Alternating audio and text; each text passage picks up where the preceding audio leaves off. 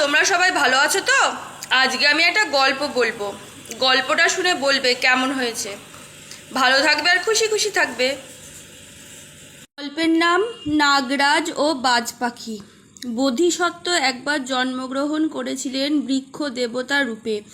পরম শান্তিতে জনকোলাহল থেকে বহু দূরে বাস করতেন তিনি একটা গাছের ওপর।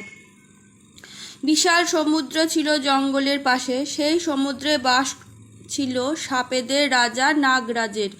বিশাল আকৃতির নাগরাজ সত্যি তার চেহারার জন্য ভীতির সঞ্চয় করত।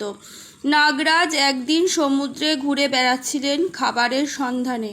বেশ কিছু খাবার সংগ্রহ করেছিল নাগরাজ। নাগরাজের পেছনে পেছনে আসছিল একটা বাজ পাখি। নাগরাজ খাবার নিয়ে যখন মুখে তুলতে যাবে, হঠাৎ বাজ পাখিটার লেজ ধরে নাগরাজকে টেনে তুলল ডাঙায়।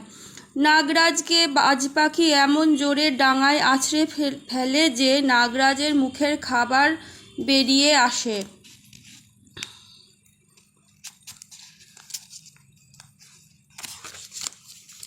খাবার মুখ থেকে বেরিয়ে এলেও নাগরাজ কিন্তু বাজ পাখিকে দেখে ভয় পায়নি। সে আবার খাবারটা মুখে দিয়ে নিজেকে সামনের একটা অশ্বত্থ গাছে পেঁচিয়ে রাখে। বাজ পাখি নাগরাজের আস্পর্ধা দেখে প্রচণ্ড রেগে গেল। বাজ পাখি করল কি, নাগরাজের শরীর সহ অশ্বত্থ গাছের গুড়ি ধরে মারল এক টান। বাজ পাখি প্রচণ্ড শক্তির কাছে হার মেনে একপাশে হেলে পড়ে গেল অশ্বত্থ গাছ। বাজ পাখি অশ্বত্থ গাছ সহ নাগরাজকে নিয়ে বড় একটা গাছের ওপর উঠে বসল।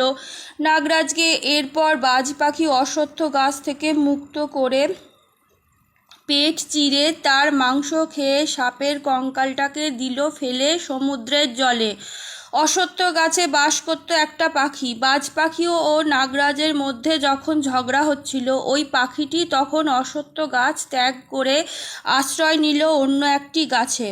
পাখিটি গাছে বসতেই থরথর করে কাঁপতে আরম্ভ করলো গাছটা। বাজ পাখিটি গাছটিকে কাঁপতে দেখে তাকে জিজ্ঞাসা করলো, হে বৃক্ষরাজ, তুমি এভাবে কাঁপছো কেন? বৃক্ষ উত্তর দিল, ভয়ে। বাজ পাখি বলল, ভয়ে তোমার কথায় মানে আমি কিছু বুঝলাম না। বৃক্ষ বলল, যে পাখিটি বসে আছে আমার ডালে, সে যদি মলত্যাগ করে আমার এই গাছে, তাহলে অশ্বত্থ গাছ জন্মাবে। বাজ পাখির মনে বৃক্ষের কথা শুনে দয়া জন্মালো। সে বলল, চিন্তা করো না, এই পাখিটিকে আমি তাড়িয়ে দিচ্ছি, যাতে তোমার গাছে অশ্বত্থ গাছ না জন্মায়। বাজ পাখি এবার পাখিটাকে তাড়া করল। পাখিটা সঙ্গে সঙ্গে উড়ে পালিয়ে গেল। বৃক্ষরাজ তখন বাজ পাখিকে বলল, তোমার সাহায্যের জন্য তোমাকে অজস্র ধন্যবাদ। আজকের মতো গল্প এইটুকুনি। কেমন লাগলো জানাবে। ভালো থাকবে আর খুশি খুশি থাকবে।